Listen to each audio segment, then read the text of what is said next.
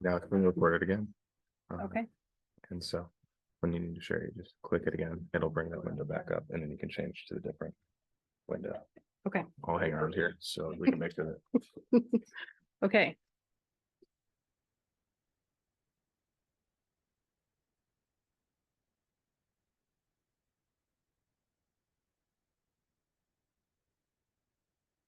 Okay, Chair, I believe we are ready. If you would like to call the meeting to order. We are live on, well, we are recording on Zoom.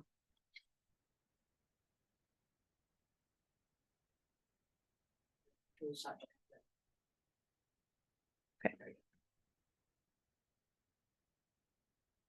Good evening. I apologize for the late start. We've had some technical difficulties. This is what call to order the Measure S Oversight Committee. Our purpose is to review the expenditure of funds generated by Measure S and to make recommendations to the City Council. So with that, I'd like to request roll call. City Member Shamblin. Here. City Member Kinkler. Here. Vice Chair Reno. Here. Chairman Terry. Here. And Dana, would you like to pledge allegiance? Yeah. Let's do the pledge of allegiance, please.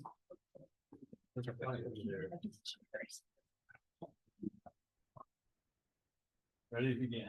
To the flag of the United States of America and to the republic for which it stands, one nation, under God, indivisible, with liberty and justice for all.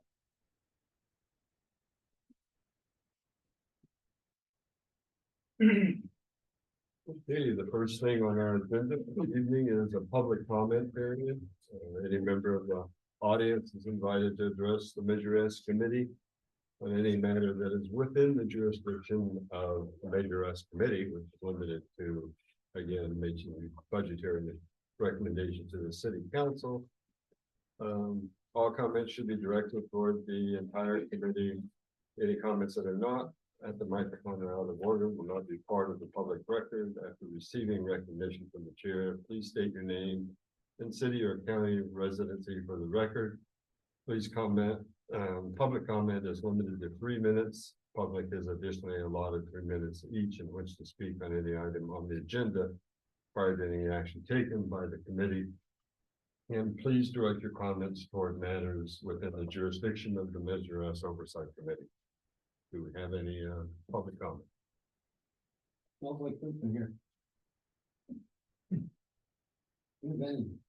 Chair, there are no hands raised on Zoom.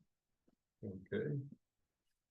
So we move on to the consent calendar and review of the Measure S Oversight Committee meeting minutes. Any comments on the minutes? Any questions? No. I did read them.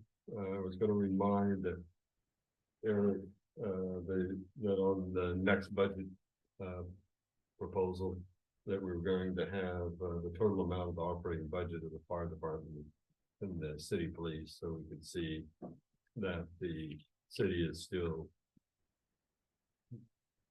providing the majority of the funds for the operation. Yes, and we actually do have that for you tonight. It's agenda item number 3. Okay, thank you. You're welcome. Is there a motion to approve the minutes? I motion we approve the minutes. Okay, we have a motion. Do we have a second? I'll second. A motion in a second. Please call for the vote, please. Committee Member Shamblin. Yes. Committee Member Kinkler. Yes. Vice Chair Reno. Yes. Chairman Terry. Yes. Yeah. So, under new business, I'm expecting a presentation. Thank you, Chair. Yes, City Manager Weir was going to provide this presentation tonight, but he had an emergency come up, so we will do our best. We do have his PowerPoint and the documents. I will share that.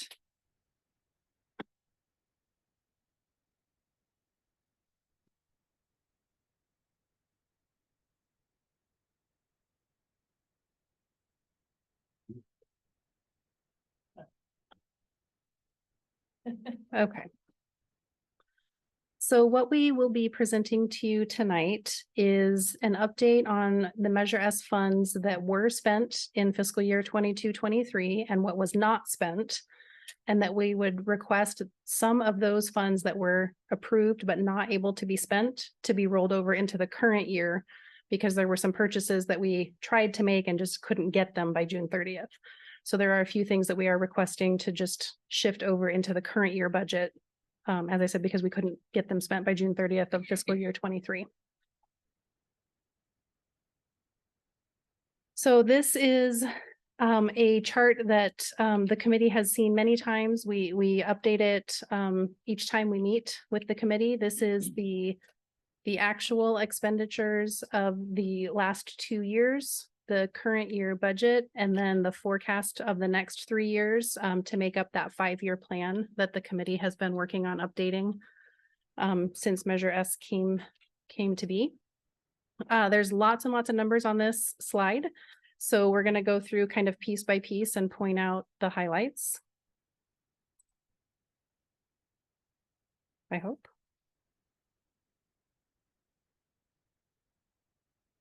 There we go. Okay, so first of all, just as a reminder for the committee and the public, the numbers for fiscal year 22-23 are still considered unaudited at this point. We are actually in the middle of our audit right now. So these are the closest numbers that we have for you at this point. I do not anticipate they will change very much, if at all. But we don't have the 100% guaranteed final numbers for another month or two still. So we were going to start with the fire department because it tends to be the most complicated as far as the accounting part of it goes. Just because the overall budget is for the money that's going to be spent, but a good portion of it gets reimbursed to us by the fire district because of that shared agreement to provide services.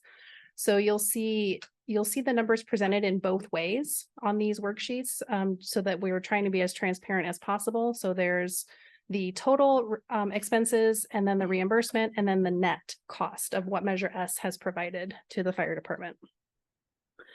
So the recommended budget for fiscal 22-23 for the fire department for total expenses before anything is reimbursed was $810,000.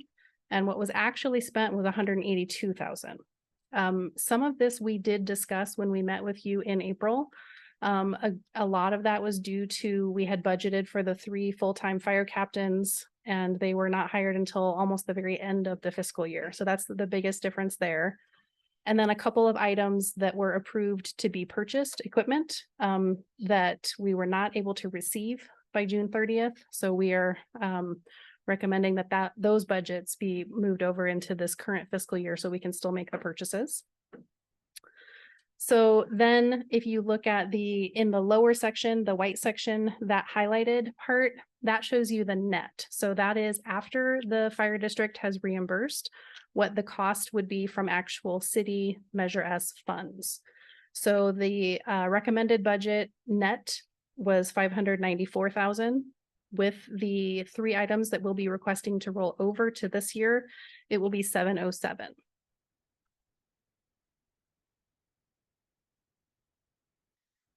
Here's all the detail of line by line, sort of project by project, what was approved, what was spent, and what's being requested to roll over. If you see about the middle of the page where it says roll over, that I'm circling with the mouse here, roll over fiscal 23-24, it's these 3 items that were approved in last year's budget that we need to purchase actually in this year. So there was $75,000 for radios, $65,000 for the SCBA compressor at the fire station, and $12,500 for the skid mounted pump. Out of those, the radios do get reimbursed partially by the district for $40,000. So out of those 3 items, and then with the fire district reimbursement, the net cost to Measure S would be $112,000. And again, those are not new requests. They were approved last year, but we just couldn't receive them in time. Other than that, no other changes.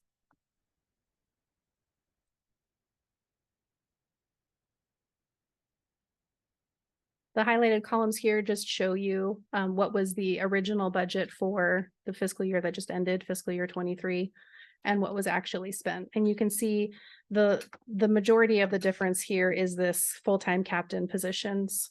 Again, because they didn't start until the very end of June, so there was like a week or two of time that counted in this fiscal year that we're presenting the fiscal year 23. And then the other three large items are the ones that we're requesting to move into this year.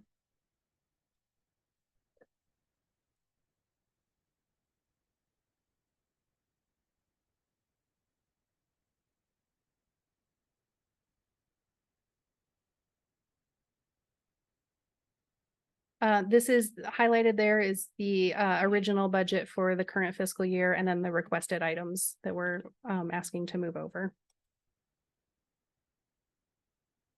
Sorry, this is a little laggy. I'm clicking the button and it's taking a minute. Okay, then the green highlighted is just what the new recommended budget will be once those three items are added.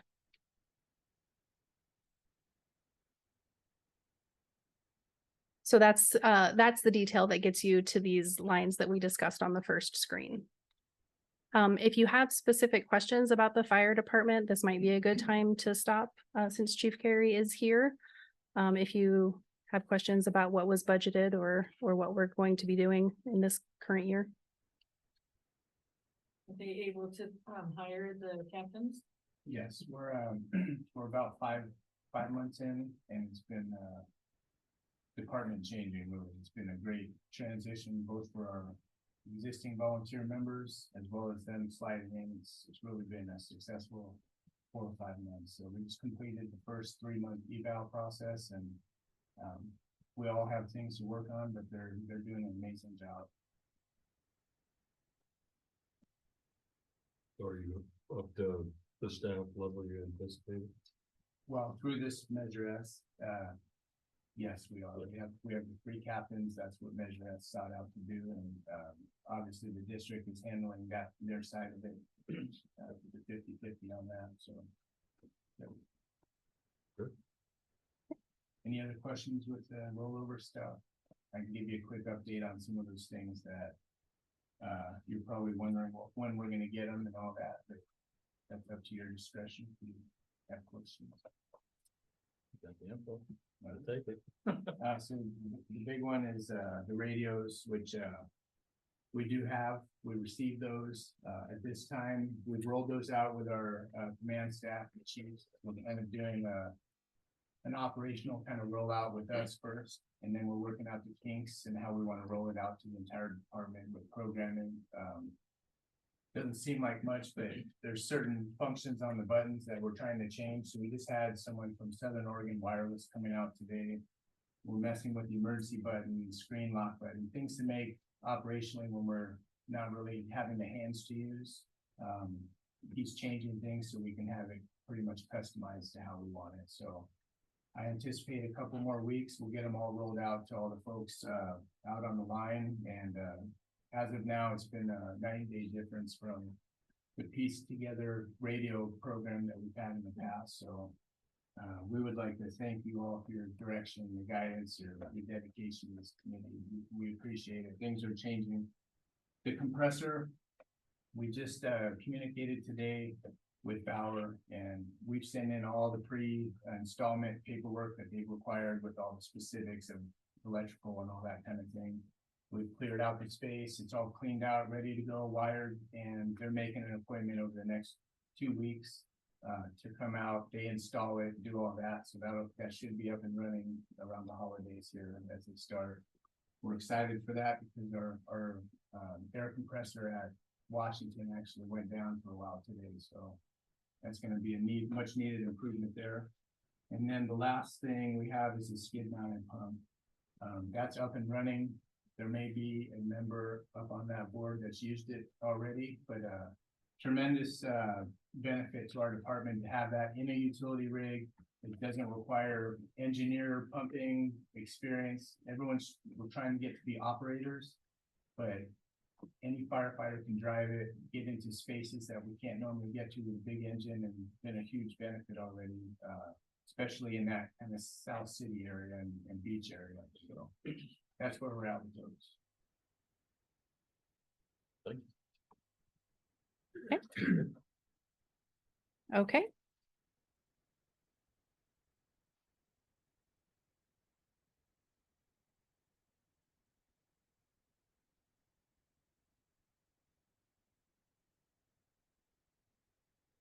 There we go. Okay, so then next up is the police department. So you can see the, oh, I went back. Sorry. The police department, the recommended budget was 670,000 and what was spent was 609. There is one item to roll over, the 17,500.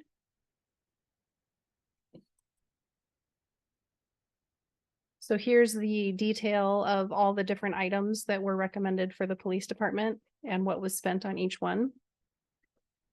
I think you will have the columns highlighted here if I move forward.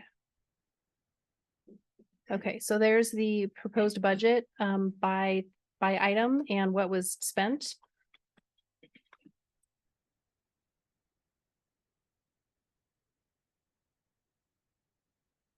And then the original recommended budget for fiscal 23-24, which we're not requesting to be changed other than this rollover item, which is in blue. It's the using Measure S funds as the grant match, the required match for the grant that got new radios for the police department. And the radios just were not received by June 30th. So we just would like to move that over into the current year. And then if you have questions about the police department, we have Chief Griffin here if you have questions about how that's going. Yeah, just curious about that detective assignment. Is that just kind of as a needed, so you don't? No, that's gonna be starting, it's budgeted for January, first week of January. I actually just sent an email out yesterday, for inquiries into an officer that's off probation, it's not a rookie basically. It's not a sergeant can apply for it, so that will be filled first week of December. Is it full time? Yeah, so our staffing right now, we have one on field training, Officer Geary, she's probably gonna be off field training next week or two at the latest. That's the backfill that will come off for a detective position. We have one person in the academy currently right now, Axel Aguilera. Then when he comes out, we're gonna have one side of the week with the 3 officers staffing. It'll be the sergeant, 2 officers on each shift. And then we have one final position that we filled for a couple days. Person had some background problems, so they are no longer with us. We put that back out and that's going forward. We have several applicants for that right now. That closes the 27th. To send somebody to the new academy in January, and they would graduate in July. They extended the academy by 2 weeks. And then once they're out and off FTO, so about this time next year, we would get that full staffing chart that we talked about a couple of years ago. A sergeant, 2 officers on each shift, detective SRO also. So you'll have a full-time detective, is that right? Right. So how come it's only 3483? So yeah, it's a good question. It will be somebody who is already currently employed in the police department, and what Measure S will be funding is the difference in pay. So the city will still be paying the regular pay, and the Measure S is funding the difference in pay for them to be a detective. By our MOU, they get a take-home vehicle, because they have to respond out to certain events, and it's also 5% based stipend for that Sunday. If you want, do you have any questions about any of the other stuff, or I can kind of go through the items? No? Okay.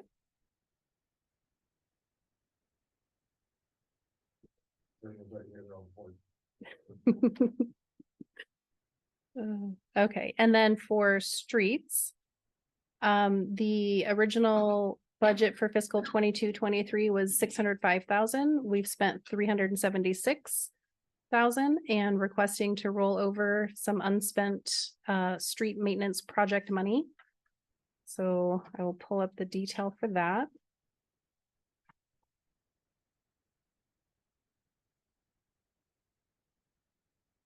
Okay, so the yellow highlighted is the original budget and what was spent for each item. So basically those top 3 items, the pothole and minor repairs, the sidewalk repairs, and the striping What we are requesting is the portion of those three that we were not able to get completed by June 30th, we would like to just roll over and add to this year's budget so that we can, between last year and this year, get the total amount for the 2 years done. If that makes sense. So Can I ask the obvious question is with the state of our streets, how come we didn't spend more this year to get a lot of this done? Probably a couple answers. The large project, the preceding year ran into 23. So there was not a project set to run 23 or 22, 23 is that makes sense. So we did have a 22, 23 project. Mhm. And so that was the large project. So that occupied most of the time for the other answer is, we've established projects that I've got several projects in terms of the concrete. I've got about 3 different areas to tackle. There's a little, we'll talk a little later about Front Street, possible finishing with that. And then the other item that kind of absorbed most of the concrete and some of the patchwork project is where, and I don't want to say we have it because you don't have the money in hand, but we're gonna get what's called a HISP grant. And so the project developed with the concrete and pedestrian type pathways, we're gonna get $250,000. 225 would be the grant portion, 25 from address to be the matching. So that absorbed all of the projects that were pre-designed for the concrete work. The pothole work, due to the season and availability of contractors, we did do K Street and Cooper. This year, we did do a pothole project that it was actually funded by the water department. It was water repairs throughout the county and city. We have done work and then It's not just a personnel issue or? it's a little bit of both. I mean, it's very difficult on my level to generate these projects, to put them out to bid or make lists. And so, we are understaffed in my department. We've generated some of these projects and then for one reason or another, they haven't happened. So, yeah, we do need this. And so then you look at bigger projects and that's kind of where we've danced in this devil a couple times. We put out a big project, go to the effort doing that, and then you become concerned about, well, how much money we're spending. We're gonna do a $300,000 project, $600,000 large project. So we're designing these in the house, so in the engineering, so we have multiple versions of larger projects already put together. We'll cover one of those in the slide here, slide presentation. Mhm. At some point, so we'll cover some of that. And do we have an update on getting the staffing filled for the Yeah, vacancy? So we have so my staffing, we have a gentleman who's accepted our offer. And I believe it's January 8th, he's going to join us. We'll have a third or a second project manager for a year, almost probably a year and a half, I guess, it was for engineering tech. And with the money's available, we're able to bring it across the city. And so we actually have a young gentleman who went to high school here, graduated about 10 years ago, and his wife is also from here. And they've had a 4-month baby, that's part of the story, right? And they want to come back and spend time with both their families. So we're bringing him on. Yep. So having a second project manager will help get some of these projects out to bid. Yeah. I think you've answered this before, so I apologize in advance for not remembering. When I look at these rollovers and then I look outside at our weather, not to be a pessimist, but it seems to me possible that the weather this year is not looking good for street work. So my question is there some limit about how many times we can roll this over or anything? Or is it just... No, there's not. And the money that is going to be rolled over into the fiscal 23-24 budget, we have until June.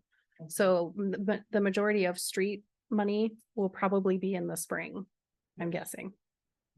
Well, I just don't want to lose it. It won't be lost. There may I be some, love spending it.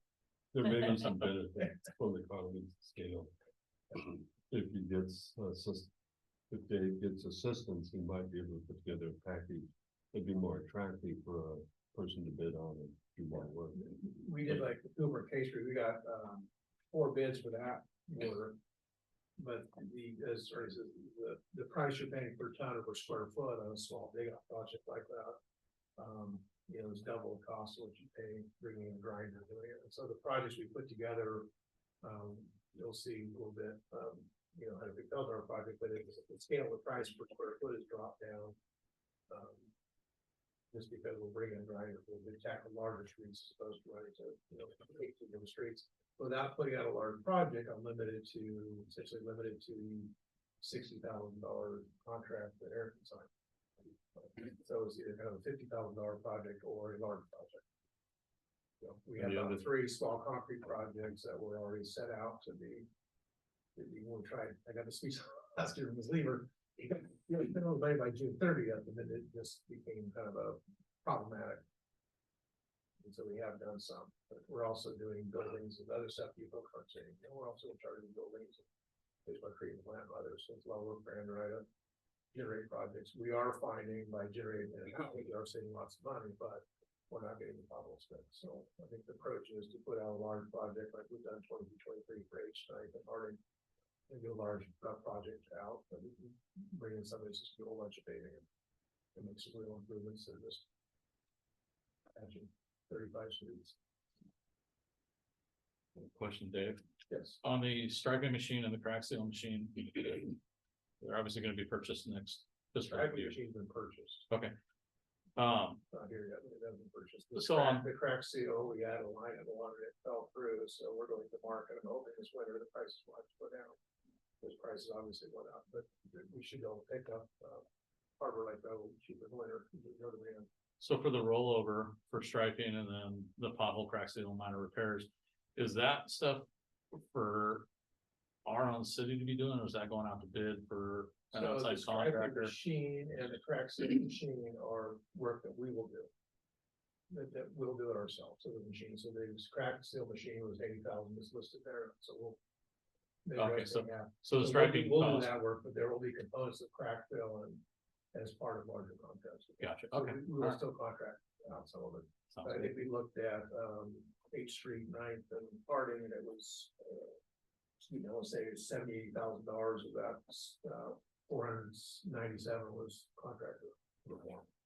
So the idea is that when these guys do, because city crews or in this last year put out a $25,000 water contract. It was not on your sheet, but we did for the waterworks. You know, we've got, I think there was, 28 locations.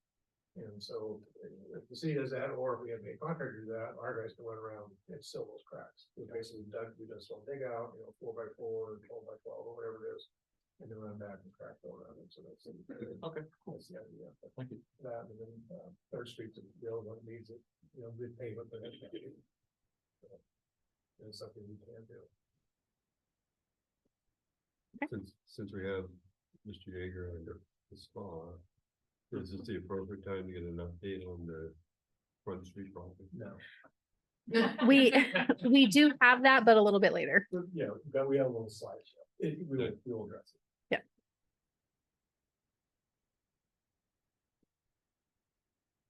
Okay, so that was streets. No, I'm sorry. Answer Dave's question. So we did put out a striping contract. They were unable to complete it. Just due to their unavailability. We did have a late spring, so they came in June, they did half of it, came back in July and did the other half. So that's why there's a little bit of a rollover. We already spent 20,000 that rollover. Those are easy ones. We did, I think there's a slide on it. On the linear feet of crosswalk we did. Next year, we'll probably do additional crosswalk, or I think it'll probably be yellow thermo and do schools. This is the plan for next year. That's basically pretty, we'll just give a list of locations. And, yeah, and they come out, hang it out, because you really know it's not a bid operation. It's a local framework.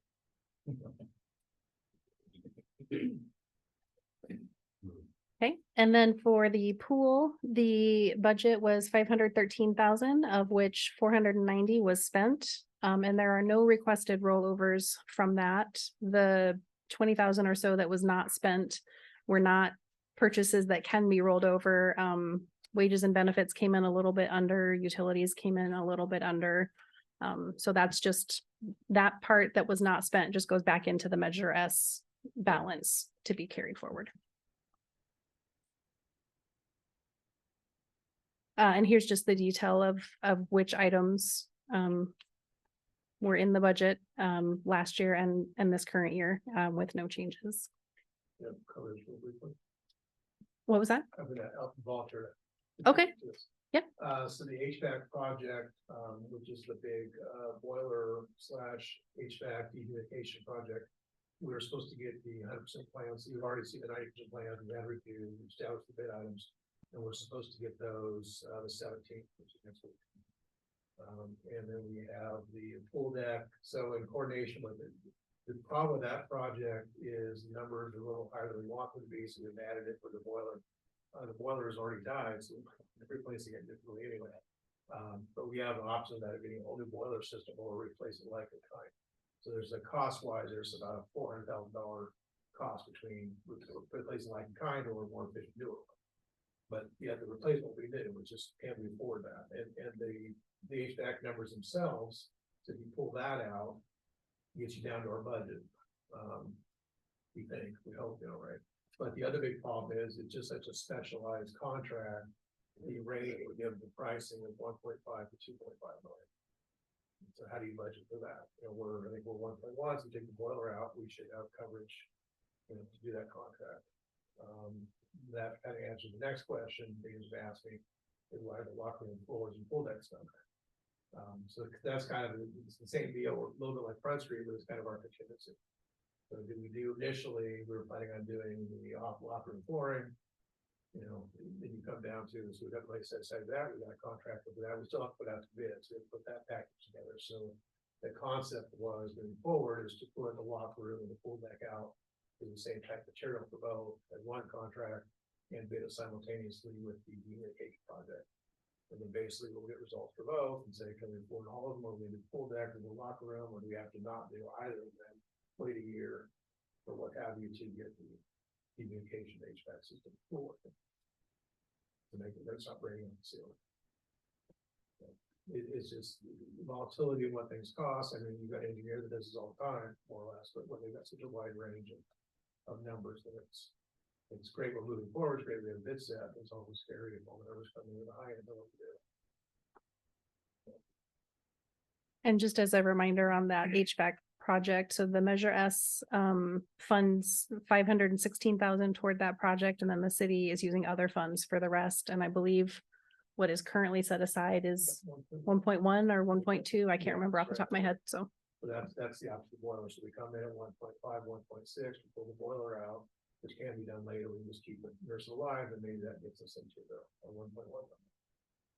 But that's the hard choice in there. Yep. Like I said, in the meantime, it picked up last week. Been out the bars.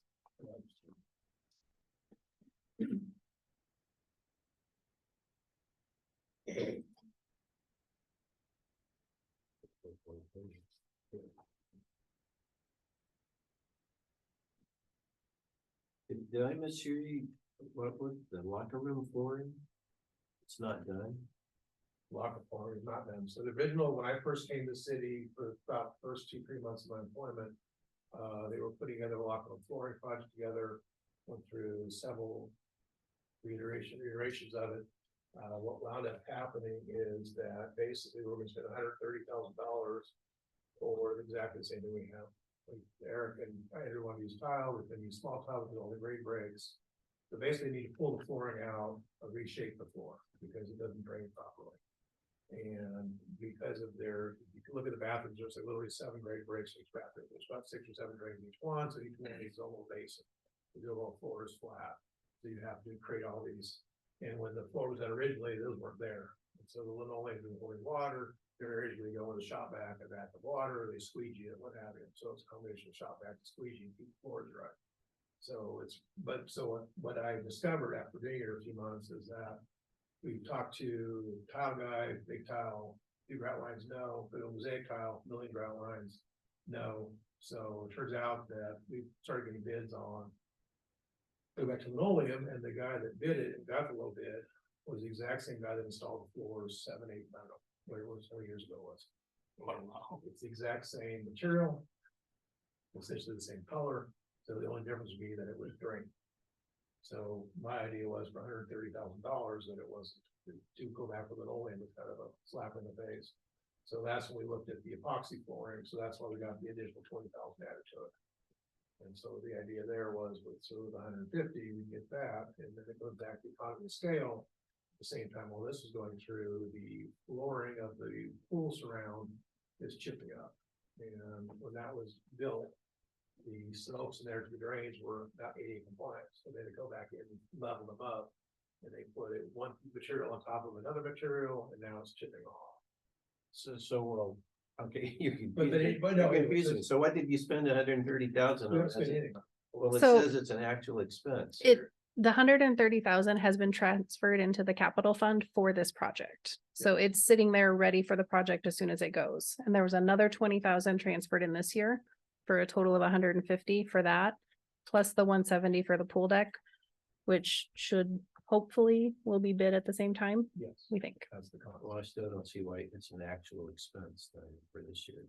I guess because it's been put into the capital fund specifically for that project. So it's not going to be spent on anything else. It has been allocated.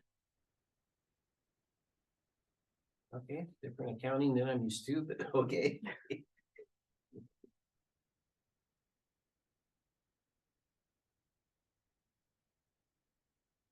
Okay.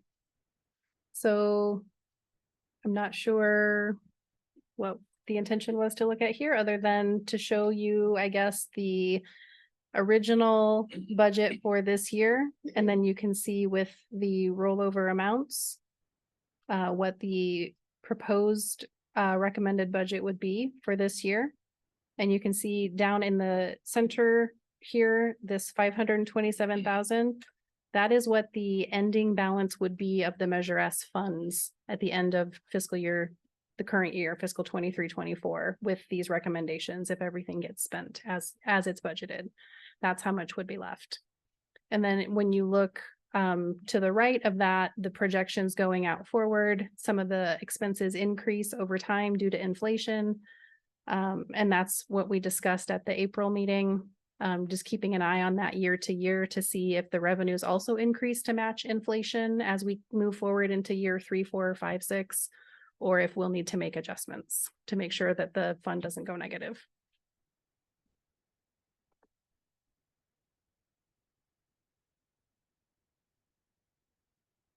So this is the resolution that is in your agenda packet that staff is asking the committee to adopt. And it just restates what the recommended expenditures would be for fiscal 23-24 with these rollovers included. So if you have questions or if you would like to take public comment, we are ready to do whatever you'd like. So in summary, please correct me if I'm wrong. We've already recommended these items. They were unexpended funds. Those funds have rolled over in the Measure S budget because that's where they stay and belong. And we're hopefully going to expend these funds within this fiscal year. And so we're increasing the current fiscal year by those same dollar amounts for the same items we previously reviewed and approved. That is exactly correct. With that, are there any comments? Is someone willing to make a motion? I need to check. I have to stop sharing so that I can see the, Resolution before us is a resolution of the Crescent City Measure S Oversight Committee, amending the recommended expenditure of Measure S funds for fiscal year 23-24, which is the current year. Right? I'd rather not read all of it, but if anyone has any questions on any particular item. Again, I'll call for a motion. I can motion. I move that we approve and adopt resolution MS 2023-04. A resolution of the Crescent City Measure S Oversight Committee, amending the recommended expenditures of Measure S funds for FY 23-24. Is there a second? I'll second. Okay, we have a motion and a second. Please call for the vote. Committee member Shamblin, Yes. committee member Tinkler, Yes. Vice Chair Reno, Yes. Chair Perry. Yes. The motion passes. Okay, Martha, I'm not sure where on the agenda, so we have item number 3, which is to discuss the general fund expenditures that are outside of Measure S, but also Director Yeager had some slides to show of Front Street, and maybe I should have made that part of item number 2. I'm not sure Oh, that's where that okay. was intended Yeah, to go. Can we just do that. add it now? Okay. Do you want to come up here and do it, or do you want me to click for you? Okay. All right.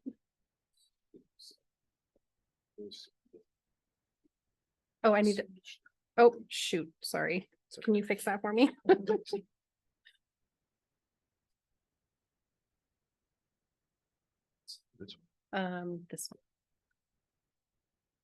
one. Okay, sorry.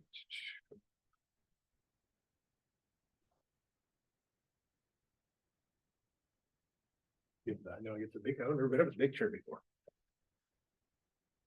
Good evening, just have to say. Good evening, Mr. Perry and board members. So, yeah, this is just kind of a quick update, dealing with the streets and hopefully answer some questions, tell you how we spent some money, so you feel like we are doing something with your money. And yes, it would have been nice to have done more. But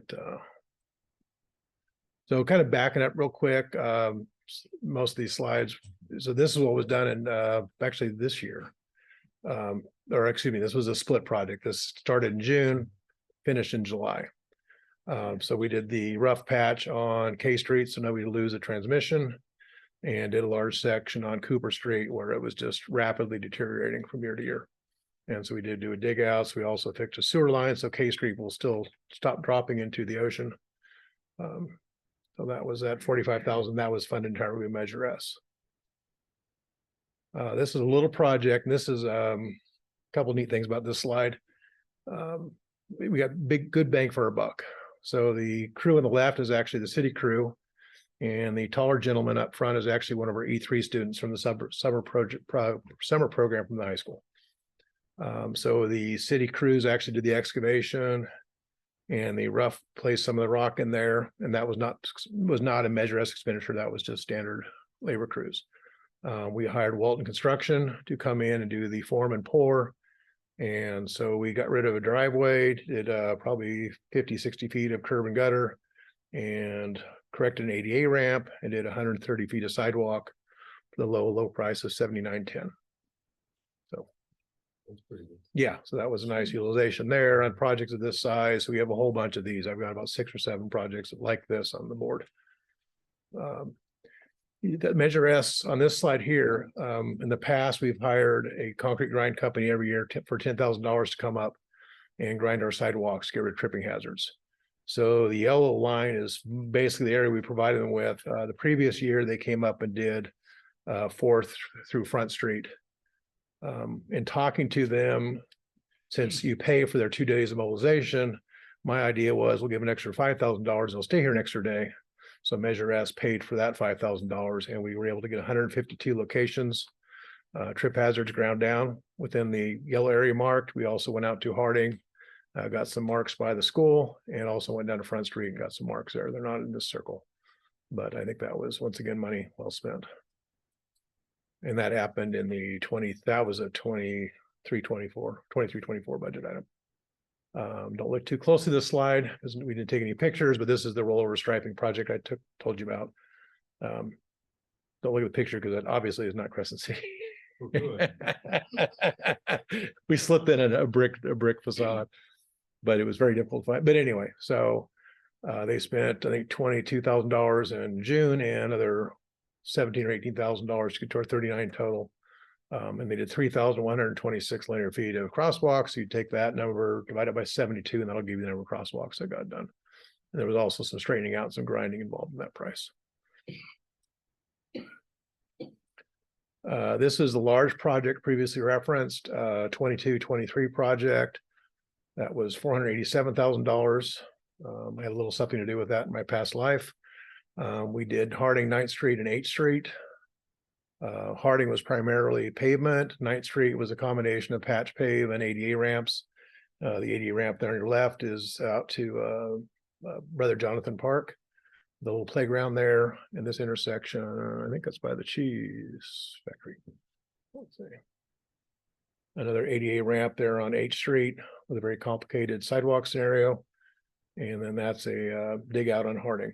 So this is kind of the typical, for these low, if we go back to the, and I was in this room when I first started working in the city, if there are restrictions on if you do if you completely rebuild a street, gutter line to gutter line, then you have to do all the 80 stuff in the middle. And that just basically reduces your area you can cover by about half at least, depending on the scenario. So this was 6 blocks of Harding, 12 blocks at 9th Street, I believe, and 7 blocks of 8th Street for the 487. This is probably kind of the scheme if we're after ADA stuff, if we can pay for ADA ramps with the other grant money or separately, then we can do more paving. This is a potential larger project or a section of one, just kind of show you an example. So this first slide here, I'm gonna get my bearings, so it got changed slightly. The right side slide is B Street. And then we've got 2 sections of G, and then we start going north on A Street. And same thing on this. This is A Street continued up. So we got the area there. I should look right here. Let's see, Jacker and up all the way up to Pacific. So there's 2 very bad blocks up there by Pacific. There's the block of 8th and 9th is horrible, and so this would be, so for that kind of work. So this is already set up. We were trying to possibly link this with the paving at Front Street. We're late in the year. That's not going to happen. So I think what we'd like to do is take this project. There's some dig outs in North Crest. There's plenty more to do on 5th Street. There's all 8. I mean, where do you stop?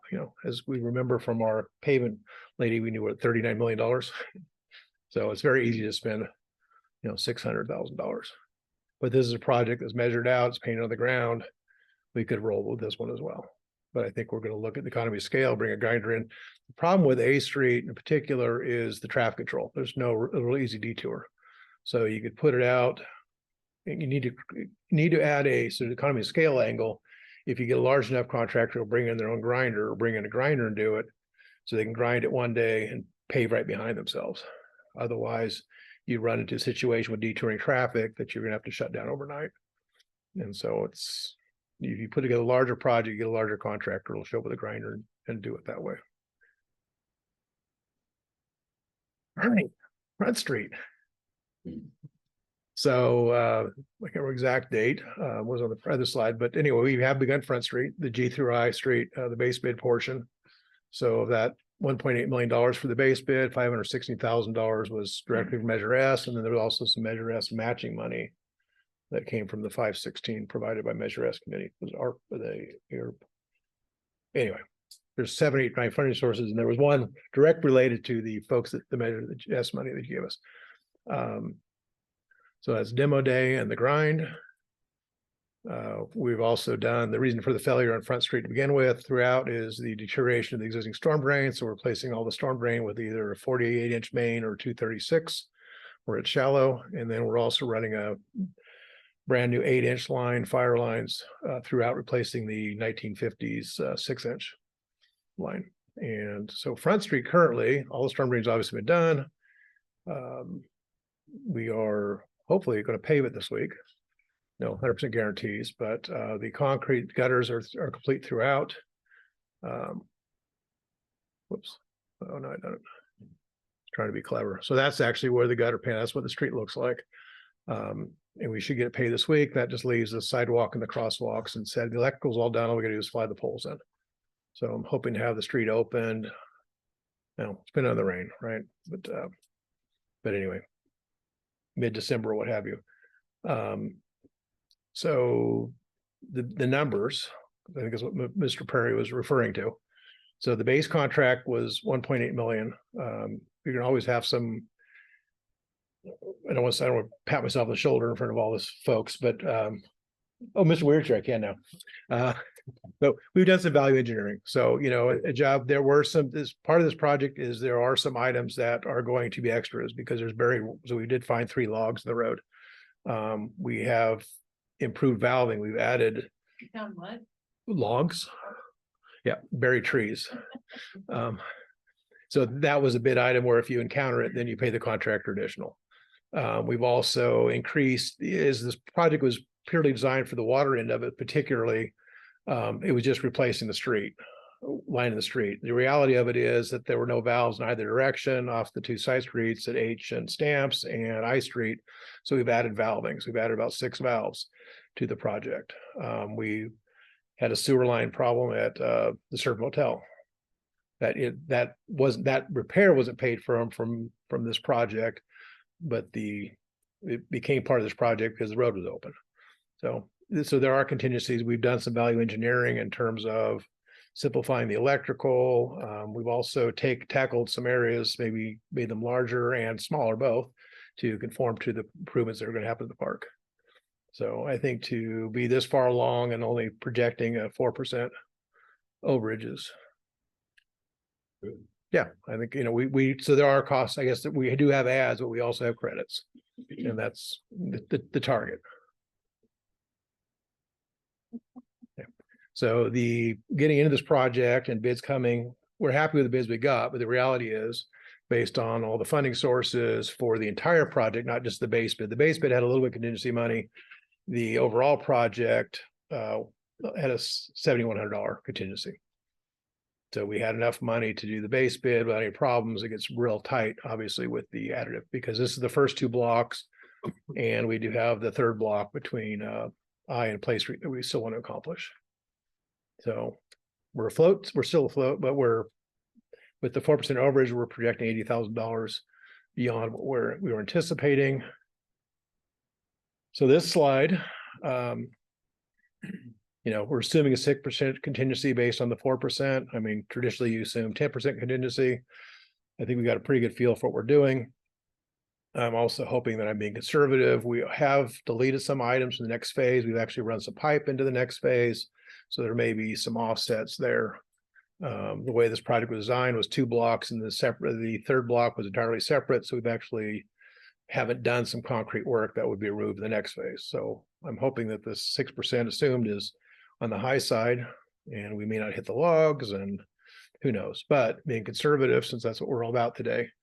So the contract is 1.48 for the additive, which we're hoping to do next spring. So projecting 6% contingency, that's another $88,000 on the oversight. So subtracting out our big 7151 contingency, that leaves us $161,000 short to complete.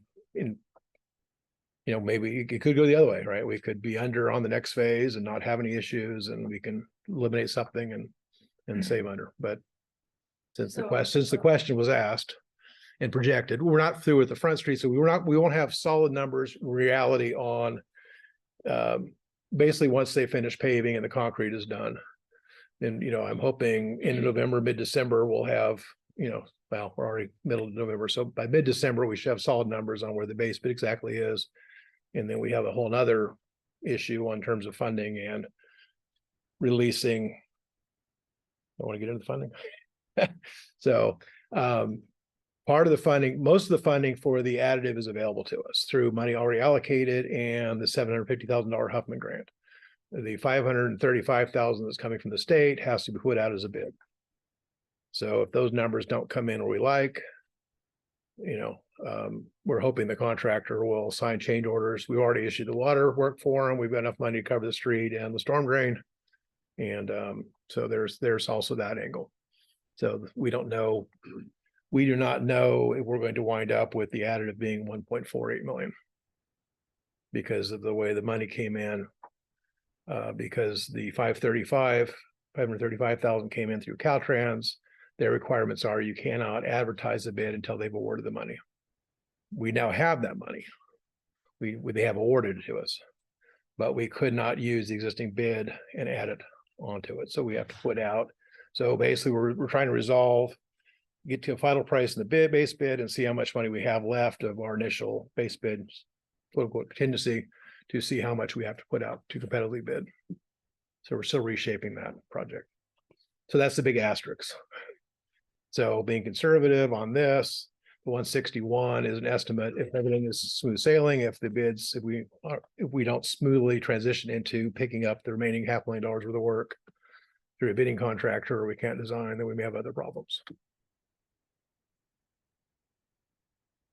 So in a nutshell, G through I. Mhm. I know this is on weather dependent, Sure. but it's hoped to physically be done first of the year. Oh, yeah, I would, yeah, if they're able to pay this week. Yes, unless it just does nothing but rain for the next 6 weeks, because the only problem, the concrete is done. The white concrete should be finished this week. The white, that's, there was also change in design. The concrete that's not colored and not stamped, you can do in a little bit of rain. The stamped concrete, because it's colorized and stamped, and it has a release agent on it, if it drizzles or rains, it's going to smear the color.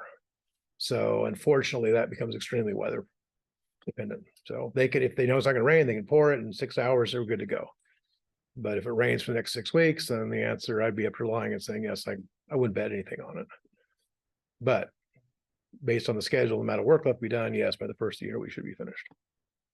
Well, at least you're not etching in Dungeness crab and salmon. Not this time. I still have those in my front yard though, if you want to see No them. problem. Sounds easy, but. Sounds easy. Yes. So that's an Ernie Dave joke. And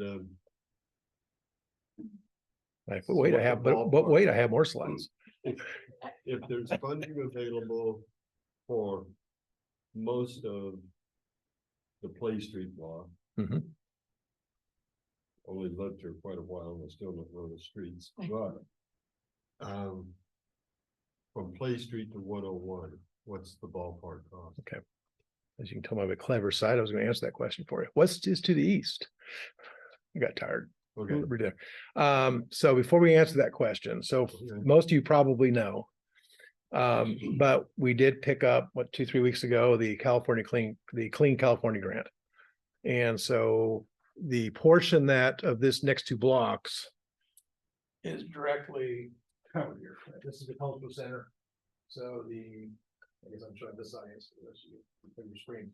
But anyway, the parking area for the cultural center, that island, is covered in the California Green grant, and then also the bearing of the roadway and the concrete work and the second block is covered in the California Green. So what that does is it simplify the scope of work. The storm drain system that we were replacing throughout is only there through K Street. So we've got 1 block of storm drain to do. So the good news is, and that's a contingency backing it really quick. If we don't have enough money to go through Play, then we can stop short of the intersection. So one way or the other, we can finish it. But that being said, if we go through the block of Play Street, which is ideal, then we're left with just 2 blocks and only 1 intersection. So that would be a cost savings. Only 1 block of storm drain. There are still 2 blocks of water. These are components. And then all the work to the south of the 3-lane section is covered through the Clean California. So we were, let's see, the 1 block of Play Street, we're paying 1.4 million for. And that's with all the materials included. If you look at our contract, the 1.8 million that you saw for the first 2 blocks of the base bid, all those materials, the lights and the storm drain were all pre-purchased. So that altered the cost there. So to do a correct comparison, you use the unsupplied material block. So that's basically what I did this afternoon. I ran through it, eliminating the sidewalk. The bottom line answer, so the one thing I didn't catch, and this is, there's going to need to be some more thought. So I'll throw out the caveat, the asterisk before I give the answer. We really need to, one item I didn't think about, which really jerked our number up, was the electrical. Because the street lighting is not in this. So we have 2 blocks of street lighting. So comparing the 1 block versus 2 is a pretty high number. Now, I don't know that we're going to need to do all this, without sitting down and figuring out, do we need to do street lights? There is no middle of the street on that last block. Can we leave the streets on L Street there and not have to do any street lighting? So there's $150,000 fluctuation on electrical alone on those two blocks. But that being said, including the electrical, including storm drain, including some extra drainage, I came out to 1.6 million. I think we were hoping to be closer to 1.2, but I've got $250,000 for electrical in there. And I've got, so we really need to sit down and arrange the DIs. The other thing that kind of pumped it up somewhat is at K Street, the outfall, there is a very complicated storm drain baffle system tied in there. That'll be simplified. There's only one junction box versus two and a bunch of other little piping. We don't have a design, but I think conservatively the 1.6 will get us there. Because you're looking at 1.4 for a block entire. We only got one intersection, two blocks, and we're 1.6. And so Dave, as far as timing then, and just for information for the Measure S committee, we're gonna finalize the first phase here in just a couple of weeks. We're gonna know, we're gonna be able to nail down this 80,000 plus or minus by the time we meet next. So our next meeting with Measure S is most likely going to be in that January sort of time frame. Once January, February, once we have the audit complete, then we'll be able to come back. A lot of these preliminary numbers, you'll then have the audit. It will confirm a lot of these. There might be a little deviation from it, but it's not going to be much from the numbers that were presented tonight. In January, we'll know exactly where this first phase is going to end up at. We'll also have the next phase out to bid. Yes. We might not have the exact numbers, but we'll be a little bit closer on that side. We'll have also put out a grant application, which is where it's going to tie into this. So for that street portion, we're going to apply for another grant. That grant's due in March. We probably won't hear until maybe April or so. Or it's going to be later than that. It's probably going to be like June, July, August. It's CDBG, so we don't know exactly. That would do the street portion. So we're going to apply. So this Clean California was a $3 million grant. The CDBG one that we're going to go for, we'll do the street portion, exactly what we're talking about tonight, and we'll also pick up K Street. So it'll try to complement the new transit center that's coming in, redoing K, because K, as we all know, is another really rough street. Some work's been done, more work needs to be done. It needs to have some underground work done. There's a lot of infrastructure at K Street, which is why it's so convoluted and so in such bad shape. Bottom line on all that is this Clean California is going to be constructed in summer of 2025, we think. Yes. Yep. So we're a couple of years out. We'll have a lot more information at that point in time. But as we're discussing budget with the Measure S committee, which we'll have the audited numbers in January, February. We'll be working on budget probably in March with the Measure S committee, so we can make our April budget meeting for the council. Those are some of the timeframes that the Measure S committee needs to be thinking about. If they do want to try to fund a portion of the street work, or maybe it's only one block, right, to get us that much closer, right in front of the transit, that would be the time to say, we want you to hold some of this money back, or go ahead and we want you to do another street with it. In the perfect world, the silver lining, if you're looking for one in this, is if we were able to get, so based on the CDBG grant money, we're going to apply for, hopefully, here in June of 24. Stover's already working on the design. We held off on having to finish the design just to see if this California Clean came through. So we've got the designs. The design is not going to be the problem. The permitting is not going to be the problem. Through the park and through others, we'll be able to get California Clean by the 2025. So if the street portion was able to bid out with the street portion of the California Clean, economy of scale, traffic control, not having to worry about it's just the way to build it. The way we're at now, basically, we just be socking existing pavement, leave the 2 lanes through there, and then do the work off to the side. But in a smooth world, if we're able to pull off building the California Clean portion of the street, or all of it in 2025, as well as tackle those last 2 blocks. So So assuming you apply for the CDBG funds, you expect an answer June? Yep. Yeah, let's see, March, typical awards. I'm trying to think, a lot of times it was July and we didn't hear until October. So it's about 3 months. So June, July, August, somewhere in that range. And not to add a step here, I think, because this is going to be first come, first serve, as opposed to the 3 month period. We can actually, it comes out in January 1, and we can actually turn it in right away. So we're actually working on it to some degree already. And so we'll get them in. And so if they get filled up, then we may find out sooner. And I think they have till the end of March, but I think if they're allocated, because this is. I mentioned for so we got more money on him. We got an F Street grant, which is a continuation of the CDBG grant, doing a block and a half of F Street storm drain. So one more project but that was basically a waiting list. And so this kind of perpetuates, something has gone in the grant world in terms of streets that are allowing us to, I don't want to say confidently apply for CDBG, but we're. CDBG is just constantly changing and they're changing their parameters and how they're doing things. And they're trying to figure out how to do it right now for infrastructure projects. It's basically a first come, first serve. And so we're set, we know exactly when it's going to fly. Our project's going to be ready. It's shovel ready. We should be very competitive. As soon as it opens, we're going to have that in within a minute, basically is our goal.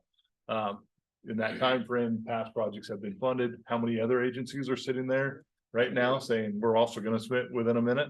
I don't know, right? Is that going to crash the whole system? We'll see, but that's all right. That's the plan. So a lot of information there.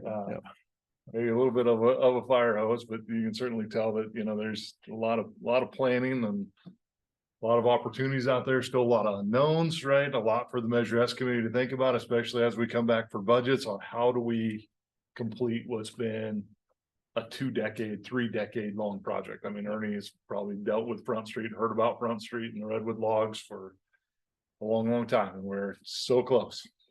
Right? At Just least how they're redwood. Pacific Avenue was spruce stumps. There they like what they call Humboldt crossings or just something else? Oh, it's worse than Humboldt. So I think at least those are good logs. Yeah, Humboldt Crossing you can salvage. It's just- On the, I'll go ahead and answer.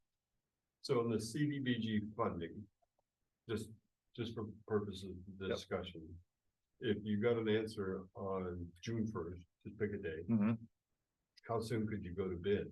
Do they still have that, you can't go to bid criteria until yada, yada, yada? Yeah, they would, you know, by the time we get the contract, then we could go out to bid. So it just all depends on their staff. All right, they'll notify us, and then a lot of times it's been several months before we actually get a contract from them, and then they want us to go quick with that.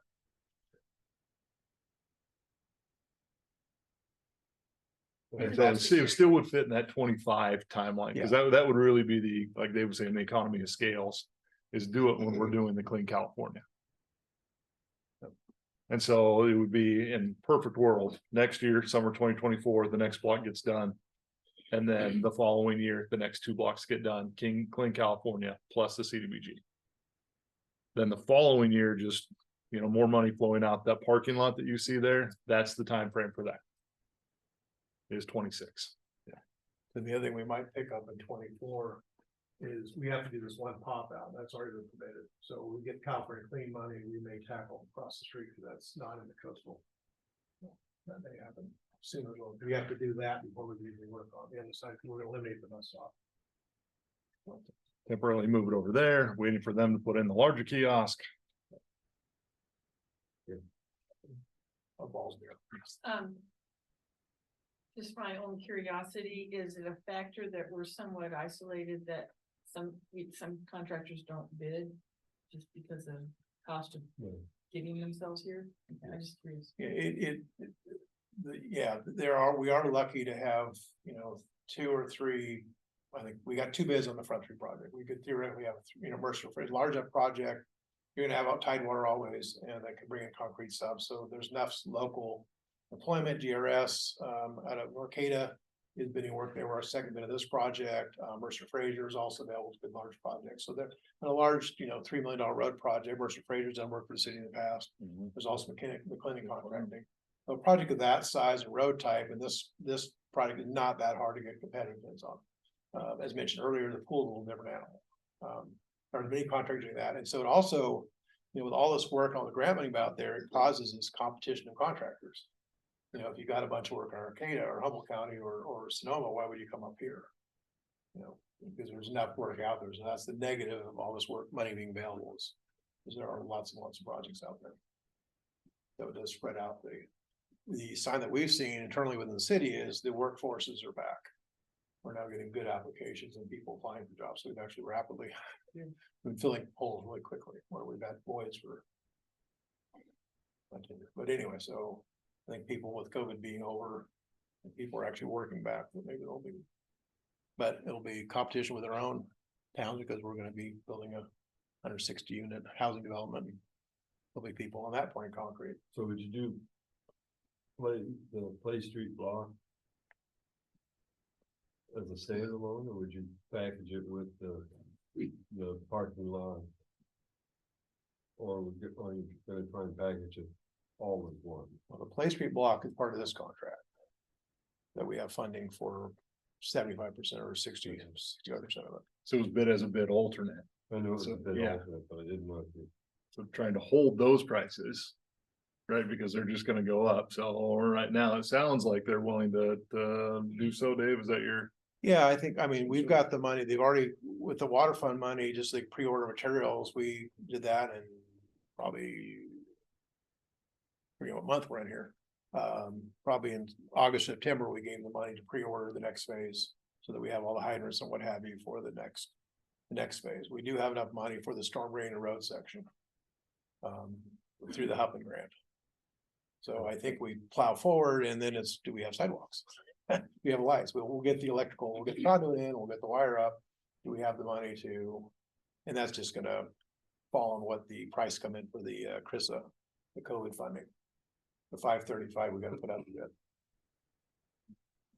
But did I get confused? But on the Play Street section, you're budgetarily $161,000 short. Correct. Okay. And that's the, I'm hoping the conservative. You know, the 80,000 of that was just the percentage, the 6% contingency. We may not be. And we haven't finalized the base bid. But if we use, only just for purposes of discussion, if we use Measure S funds to cover that in part or in total, the. Say it's 162 budgeted, but it winds up being purposes of discussion 152. Right. So that $10,000 still stays in the Measure S fund. So Yes. So it's a little risk. Yeah, I mean, worst case scenario, the way the project is designed or. Can fit, Stover looked at this originally and it does work, is we could stop, there is a storm drain just to the west of the intersection. So if we, I mean, the world fell apart, we didn't have the money, and then we would just build to the intersection. And we do have money for that. So that would be the cutoff. Ideally, you do the intersection, so the next phases are easier. And then we have access to pool, and it's just, it creates, it has some other benefits. It's when you're taking these weird pieces in the drive-through lane to the front of the cultural center. You know, how do you not do the intersection to make that piece work? So you want to do the intersection, but we cannot do it. You know, Well, I look forward to an update this spring. me too. And the nice thing too is, that's all grant money, there's not a match piece of this, so if you look at it on a traditional grant, a lot of times you would have to put some money in, and so if it is, like you say, 150,000 to actually implement the 1.2 million that we have in grant dollars. That's still good leverage for that 150 to actually get that much work out of it. Yeah, that's pretty good return. Yeah. All right. All right. Any other Thank questions? you. Thank you. One more update. Yes. I have seen Mr. Yeager at work, so. Yes. So there is one more update that I almost forgot about. I apologize, on the PD facility. So in fiscal year 22-23, the committee had authorized some funding for design work for improvements at the PD. And then in this year, fiscal 23-24, the committee had authorized setting aside another $60,000 toward that project.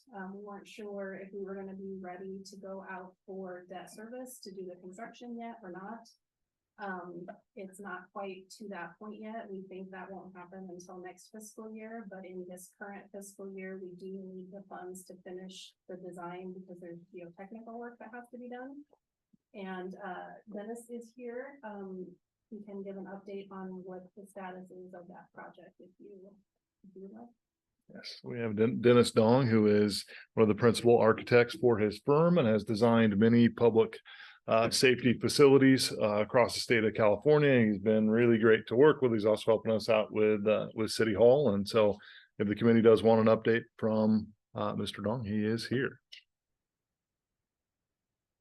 Are there any changes, significant changes? The only significant change would be to the geotech, which is what we're asking for tonight, for just a little bit more money. Other than that, it's proceeding. Schedule wise, we need some answers from the geotech first, but we're thinking 3 months, Dennis, and we could be ready to have completed construction documents. Then it would just be a matter of finding the actual funding. And that's that study for that waterway that runs underneath, right through that whole area. Is that what that is? There was the old F Street drainage that runs right behind there. And so as they're doing their investigation, at least their preliminary investigation, it showed unconsolidated soils, which we kind of thought. And so now we need to do a little bit deeper dive so that they can actually design the foundation correctly for it. And whether that be, deeper type of piling type footing, or whether it be a giant spread footing, there's different ways to go about it, but you need the information in order to decide those things. So budget wise, that's not a change from the current year because the committee had already authorized 60,000 toward the project, but just an update that we had thought that maybe that 60,000 would go toward debt service this year, but we're not there yet. So it'll be allocated to design unless there's. Well, it's certainly critical to go. You want it to work. Some of the other investigation that's been done, they have x-rayed, so to speak, the walls. There is rebar in the walls, which we weren't sure of. And so that will help on that side of things. Mr. Mike Young, local civil engineer, is working with Dennis to help with the evaluations on the structural side of things and making all the tie-ins. So some good news on that front. Downside is, and just complete disclosure on it, the remodel is estimated somewhere between $400 and $500 a square foot is kind of what remodel costs are going for public facilities. New construction, Dennis was saying, they've seen bids upwards of $1,000 per square foot. His projects have come in a little bit lower. And so I think that speaks to some of the design elements and whatnot. But we're still looking at maybe $700 or $800 a square foot in that range. For redoing the build. Well, there's the remodel piece of it, which would be upgrading the existing facility, putting in a new bathroom within the existing walls. And then for this, there's actually an addition of about 1,500 square feet, if I remember correctly. We just ran the numbers this afternoon, and that's really for locker rooms. We have a force now that consists of male and female officers. We don't have facilities that are very conducive to that, and so this would build a new locker room on the backside of the PD. Total estimated cost for the project right now, as we were in the preliminary numbers, and I wish I had them. I might have them right here.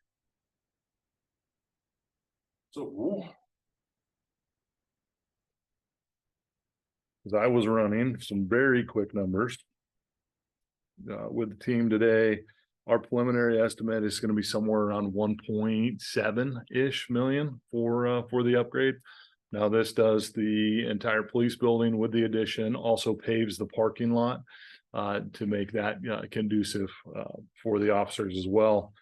So that's a budget, assuming a USDA type grant for 35 years, you might be looking at an overall debt service on that of somewhere around 100,000 would be a good budget number to be thinking about. Currently in the model, we have about 60,000.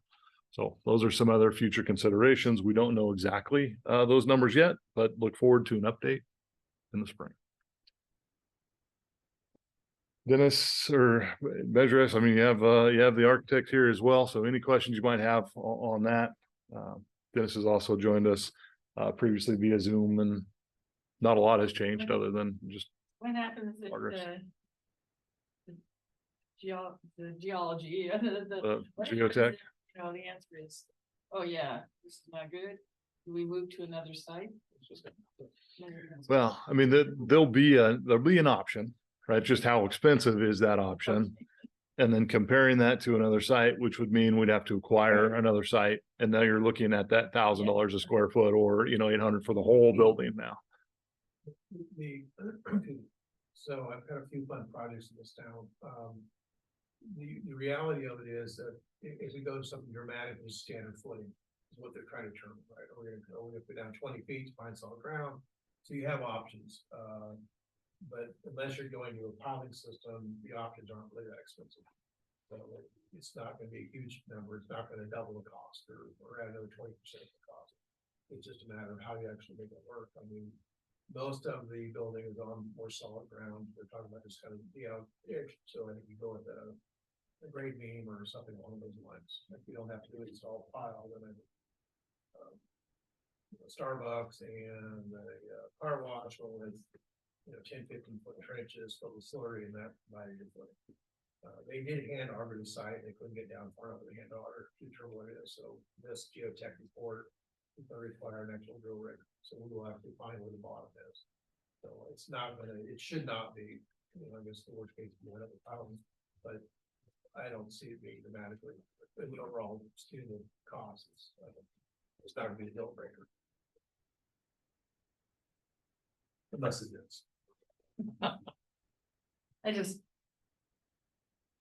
I don't want to sound crude. I don't want to put lipstick on a pig. I mean, if the building is not, kind of beyond. I know the good news is we're growing our force, and the bad news is that like growing a family and being in the same the same stage. I'm just kind of trying to look out for the future. So anyway. And we have done a PD facilities plan. It was, 4 or 5 years ago now, looking at some of these other options, and they were all 4, 5, 10 millions. Even back then, and then it's finding the right site. And so once we know more, then we can come back. And again, you always want to look at that to say, make sure that we're using the money the best we can, and it will provide for the longevity versus just, something that's just a patch. So I guess no further questions on that. Good. Shall we move to item 3? Yes, excellent. We did adopt the budget, the resolution. All right, on perfect. item 2. Perfect. Let's let me see here. And actually, I do apologize for not being here from the start, although you guys were obviously in good hands with Ms. Lever and Director Yeager and the Chiefs, and having Dennis here is always nice. So this is where you left off, I'm assuming, on this presentation. Yeah, and the committee adopted the resolution. Yes, excellent. So no need to let's see. All right, no need to really run through any of these fancy little Did you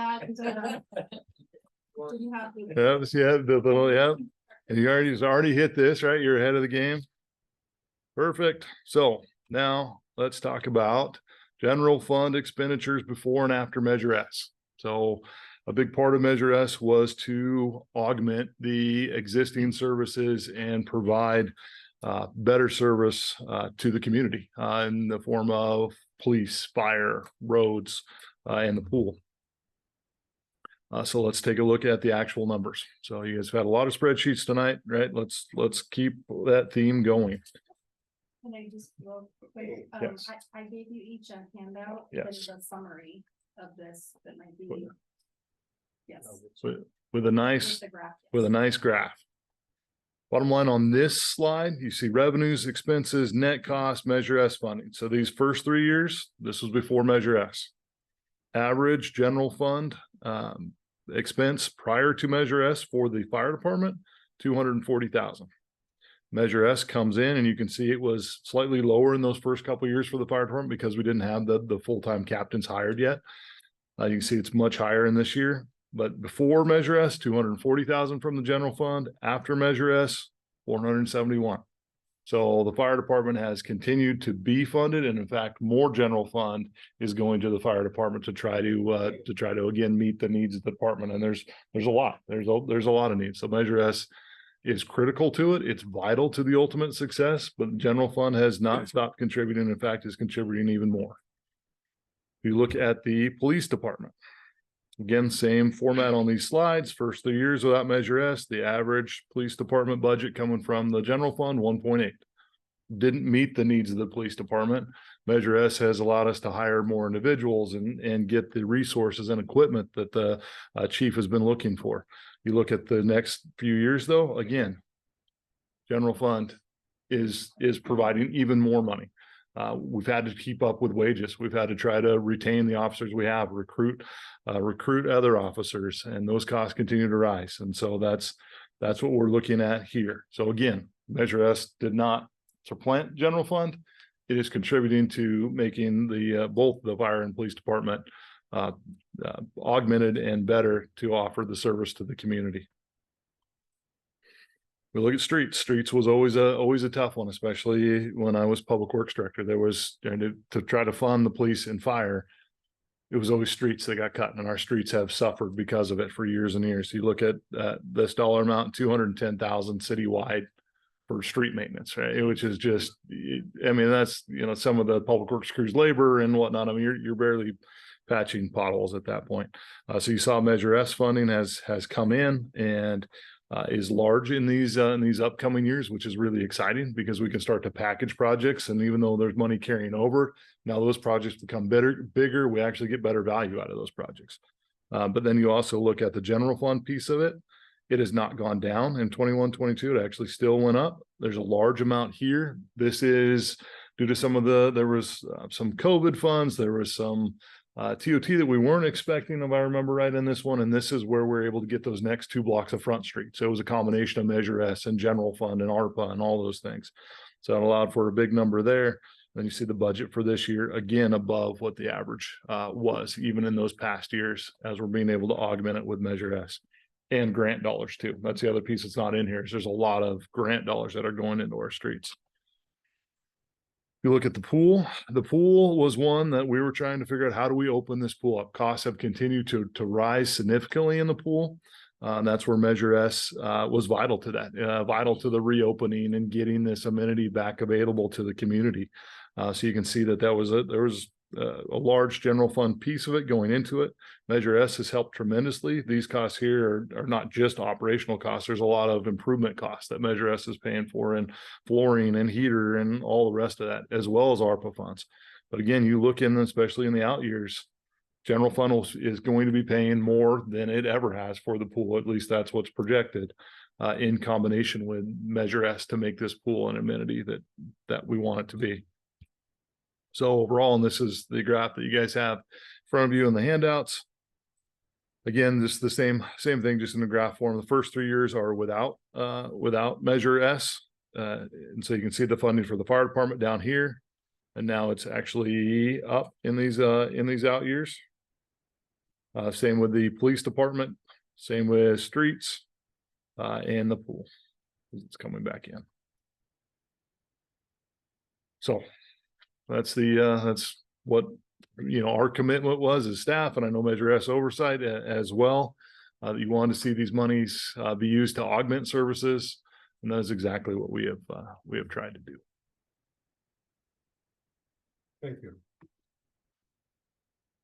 And I would just also point out I think the committee is very much aware, but also for the public, that big dip in the pool expenses in the middle there, that was when we were closed because of COVID. So. Yep. Yeah, and lots to do, and I commend staff for all their hard work. And what you don't see is all the other grant applications and whatnot, trying to again augment this money so that it's not every dollar Measure S has to go for these improvements. Measure S can be used to augment some of these other grant funds and make it even stretch a little bit further for our hard-earned dollars of the community. That is it. Could you make us, I know you did the summary, but could we, which I guess is more than me, could we have copies made of the chart for each department? Yeah, absolutely. Just that last slide. Do you want the actual the chart itself? Perfect. Yep. Using the one where one department on each page by Yeah. itself, Yeah. that one? Yeah. Talking these here. Yeah. Yep, absolutely. Yes, like that. Oh, I guess I better get back to my duties.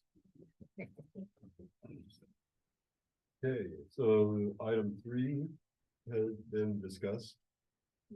Presented and discussed, so unless there's anything else, any comments, any concerns, any questions? From the members? No. Can I have a motion for adjournment?